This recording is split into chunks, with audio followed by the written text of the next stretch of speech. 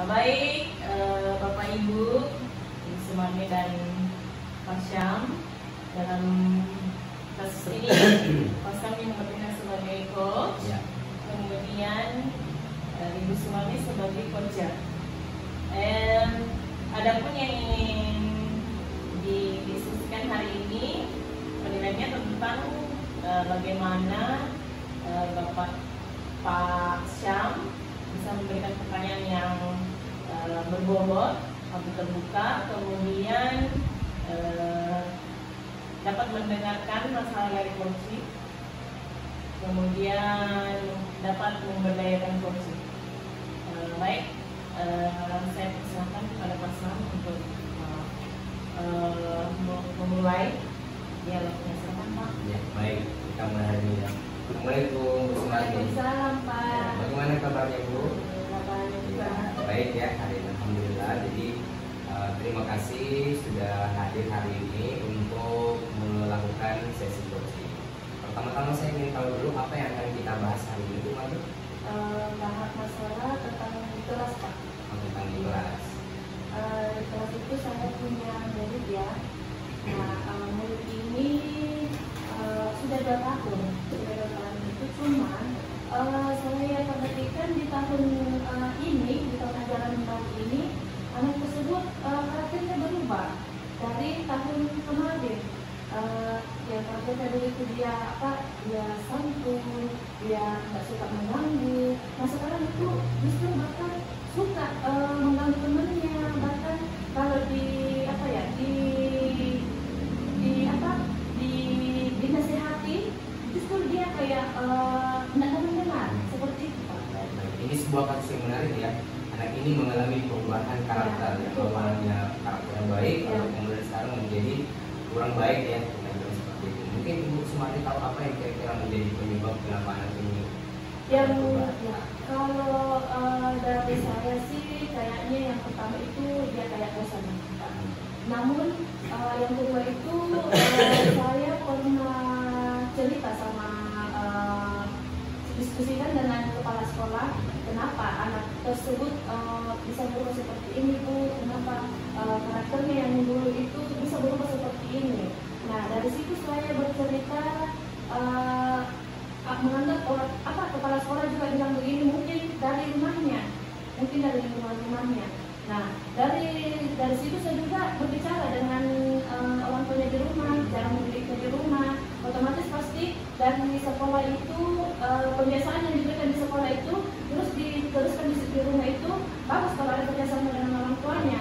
Tapi kalau tidak diteruskan di rumah kan tidak bisa terjadi Pak. Seperti itu.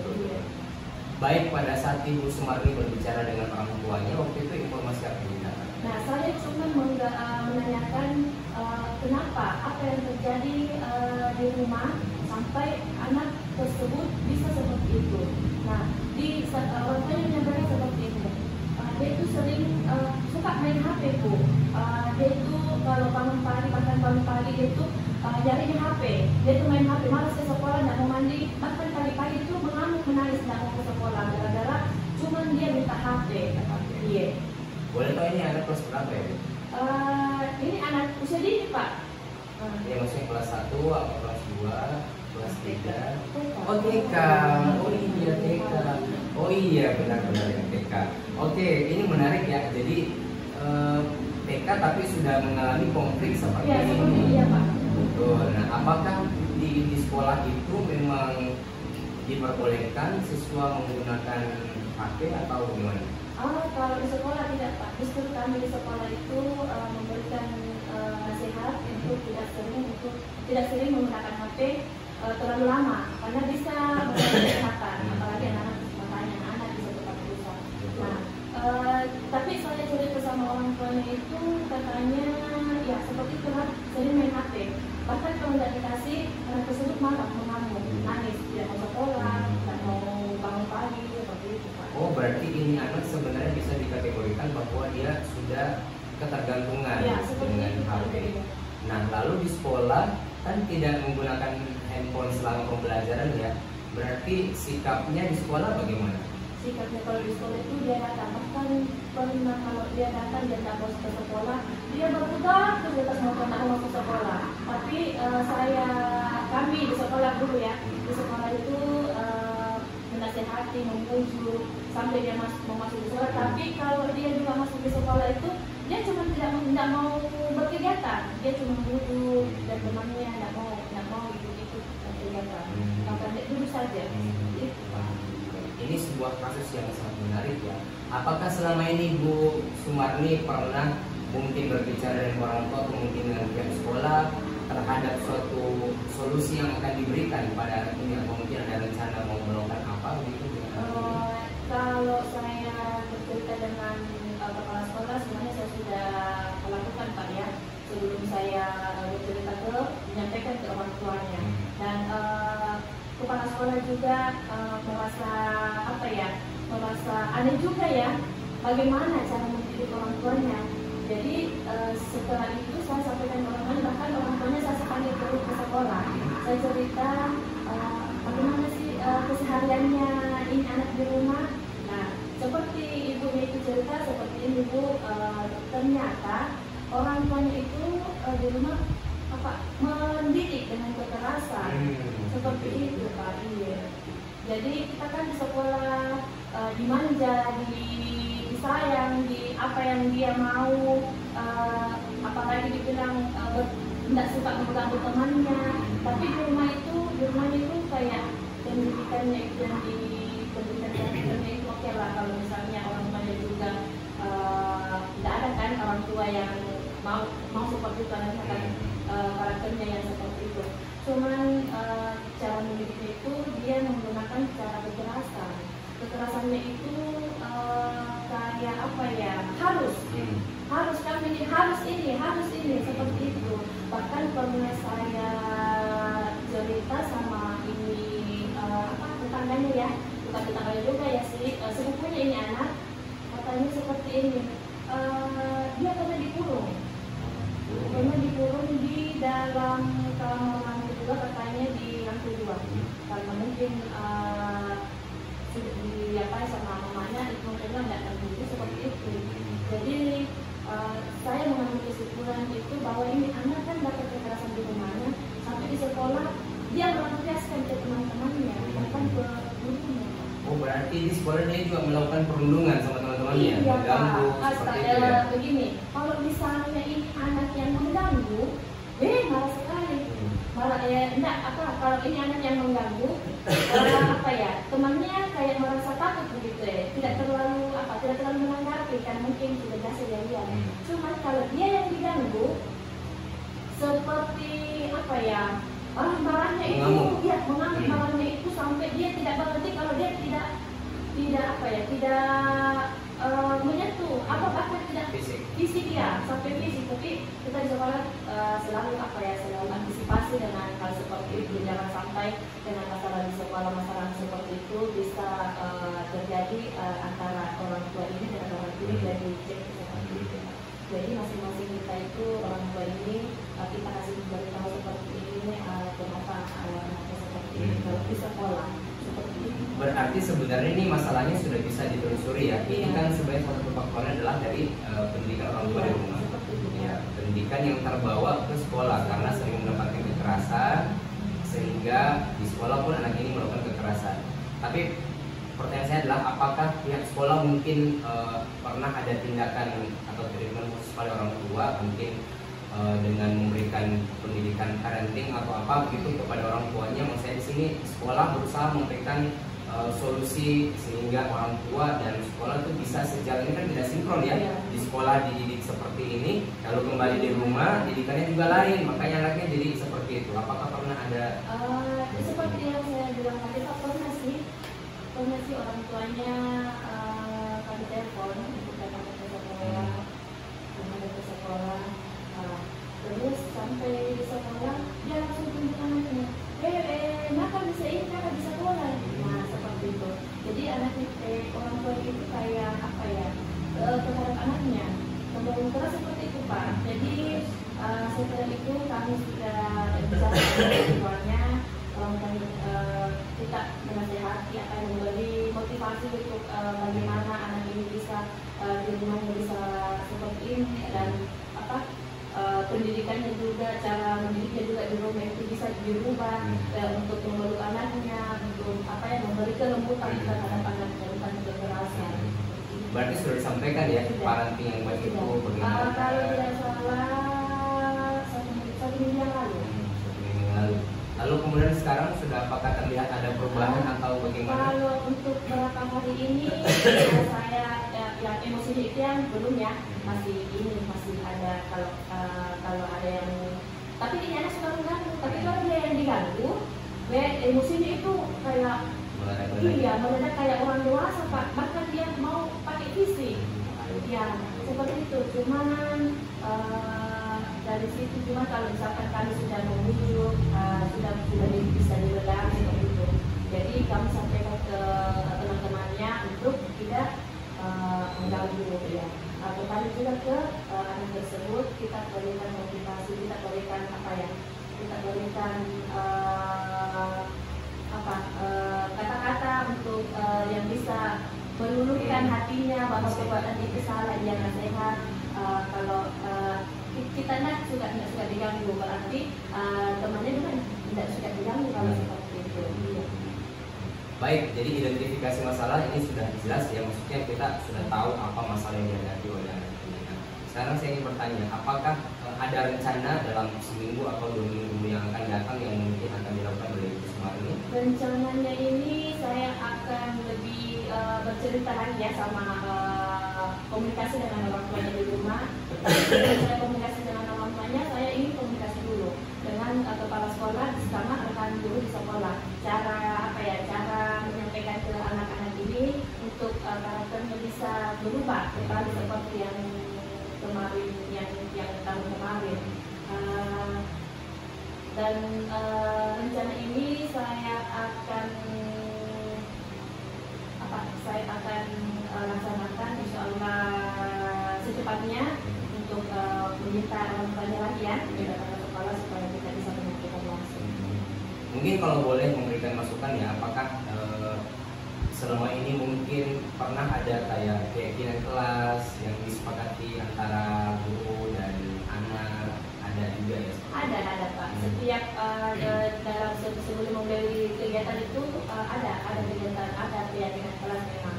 Cuman kalau misalkan anak yang dari situ kami punya pegangan, kalau anak tersebut mengingkari keyakinan kelas itu, kita bisa mengingatkan, nah itu perbuatan apa, itu perbuatan salah. Dia tahu perbuatan salah Bu, tapi sering dia lakukan. Dia tahu. Iya, dia tahu.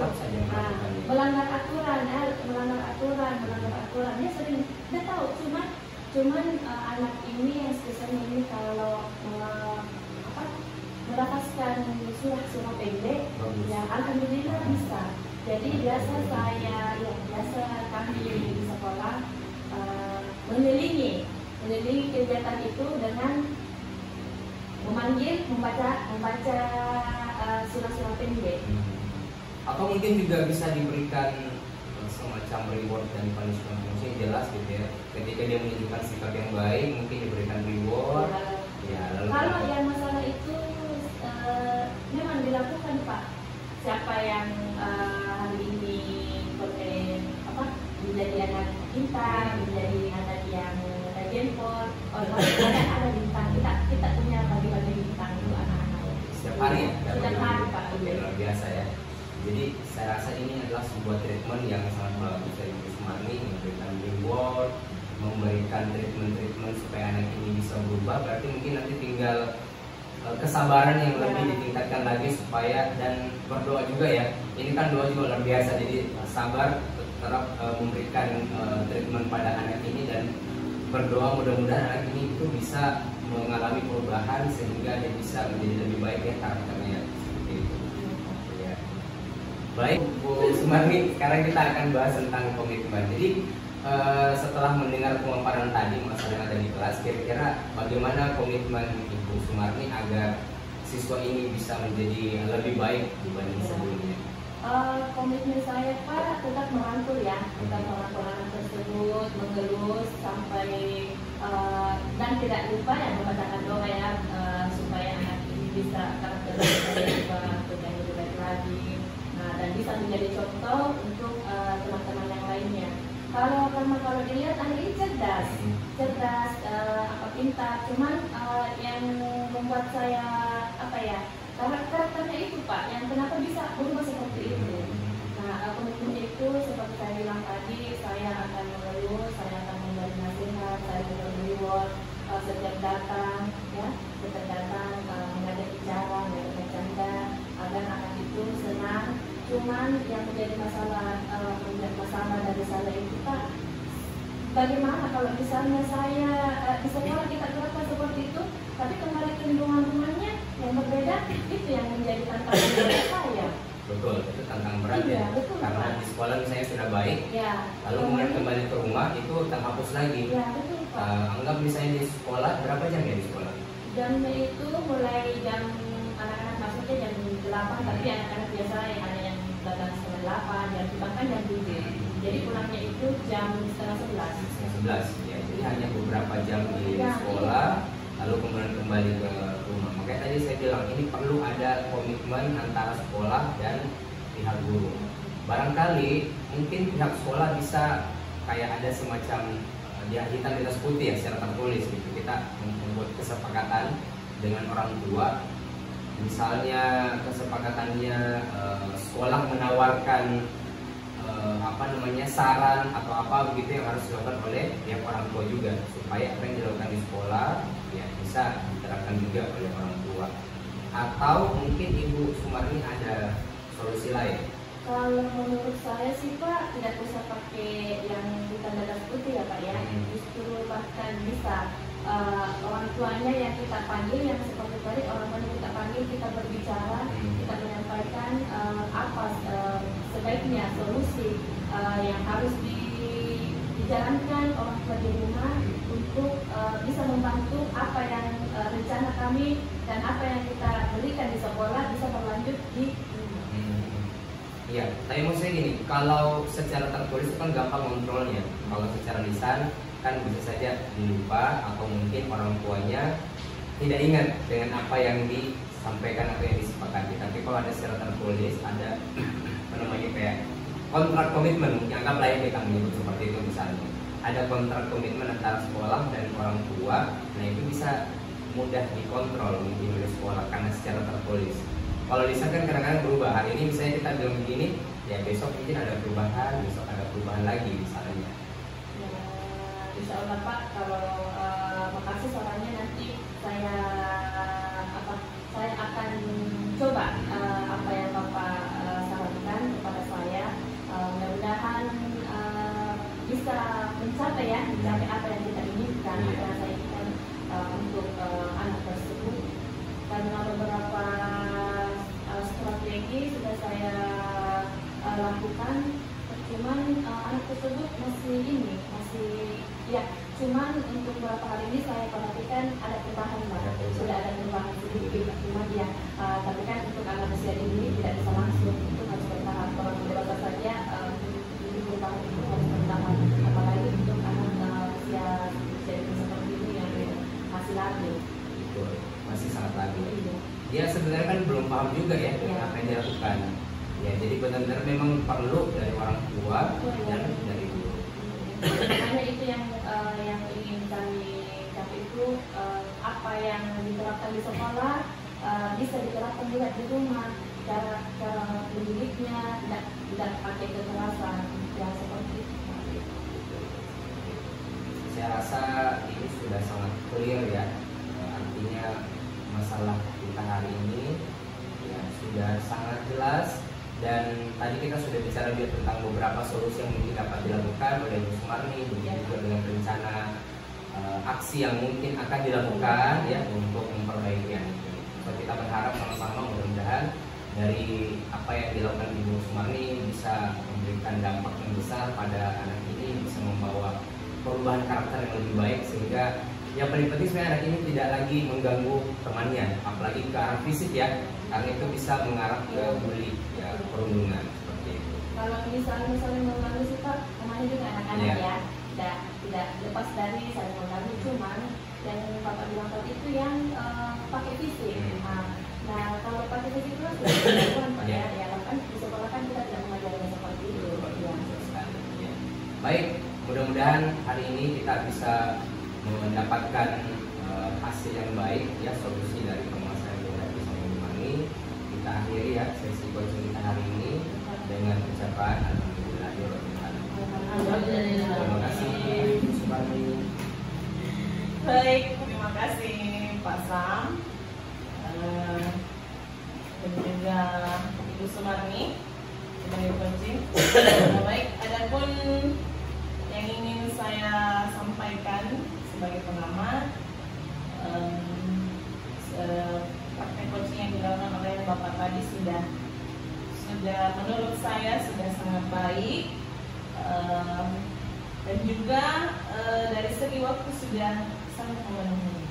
Kemudian dari penilaian yang dilakukan tentang pertanyaan terbuka, saya rasa sudah sangat mengena dengan pertanyaan alur kita yang pertama itu tujuan sehingga sudah menemukan solusi, ya ini juga sudah tercapai. Kemudian bagian identifikasi masalahnya, saya rasa coaching ini sangat menggali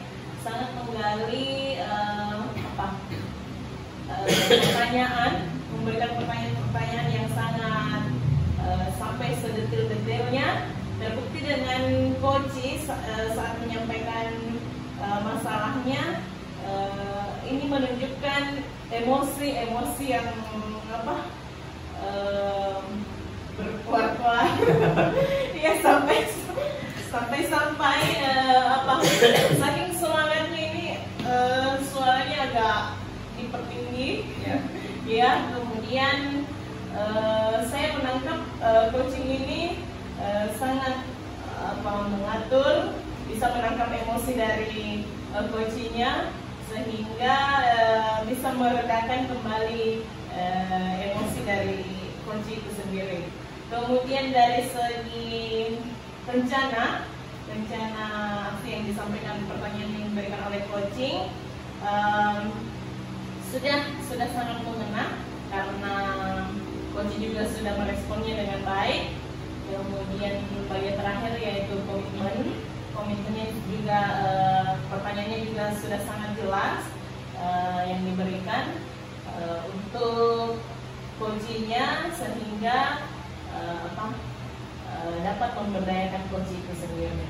Jawabannya, saya rasa bagaimana perasaan Bapak setelah melakukan coaching ini? Ya, perasaan saya setelah melakukan ini senang ya, bahagia juga bisa berpartisipasi, memberikan saran, memberikan masukan terhadap masalah yang dihadapi oleh rekan Ibu Sumarni. Iya, senang bisa berbagi ya Pak. Iya. Baik, dari hasil diskusi kita tadi, kira-kira apa solusinya, maksudnya apa hasilnya? Ya, baik. Kalau gitu saya simpulkan ya, hasil coaching kita hari ini. Jadi pertama membahas tentang masalah yang dihadapi, yaitu siswa mengalami perubahan karakter. Tadi Ibu Sumarni sudah menyampaikan dengan baik dan mempunyai rencana bahwa berikutnya Ibu Sumarni akan menjalin pendekatan yang lebih baik lagi sama anaknya, kemudian menjalin juga komunikasi yang baik dengan orang tua, sehingga apa yang dilakukan di sekolah bisa juga diterapkan di rumah, ya seperti itu. Ya. Baik, apakah dari hasil coaching yang dilakukan oleh Bapak hari ini, apakah Bapak juga ingin menerapkannya di sekolah Bapak? Iya bisa, betul. Jadi saya rasa juga bisa dilakukan. Jadi menindaklanjuti Pak ya. Nah, baik. Dari hasil pengamatan saya untuk coaching yang dibawakan oleh Pak Sam, menurut saya sudah sangat baik dan jika diberikan penilaian, ya saya rasa sudah sangat baik. Ya, dari skala 1 sampai 100 ya saya ambil 100 lah. Iya, begitu. Terima kasih banyak. Ya. Iya. Begitu barangkali penyampaian dari saya, Pak Sam. Assalamualaikum warahmatullahi wabarakatuh. Waalaikumsalam